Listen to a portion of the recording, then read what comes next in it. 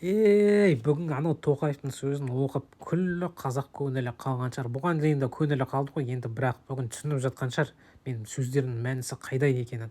Қазақ тілін жығып бергеннен бөлек бүкіл қазақ мемлекетін жығып беріп жатыр.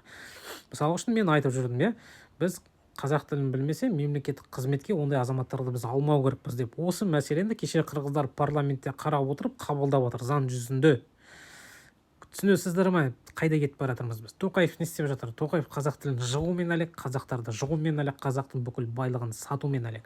Тоқаев емес, осыған дейін 30 жыл билікте отырған адам да сондай нәрсені жасады.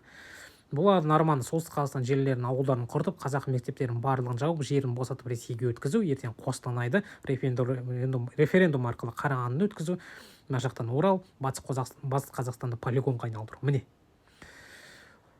бауырлар, оянатын кез келді. Бұл деген сіздер енді білмеймін, қашанға сөйтіп алданып жүре бересіздер. Ол сендердің басшыларың емес, оны президент қылып қазақ сайлаған емес, ол қазақ емес, ол бізге керек емес адам. Ол да, оның жүйесі де, барлық генералдардан да біз құтылу керекпіз. Тамырымен бұл жүйені жойып, ұлтшыл билік келген кезде ғана қазақтың жағдайы жақсарады.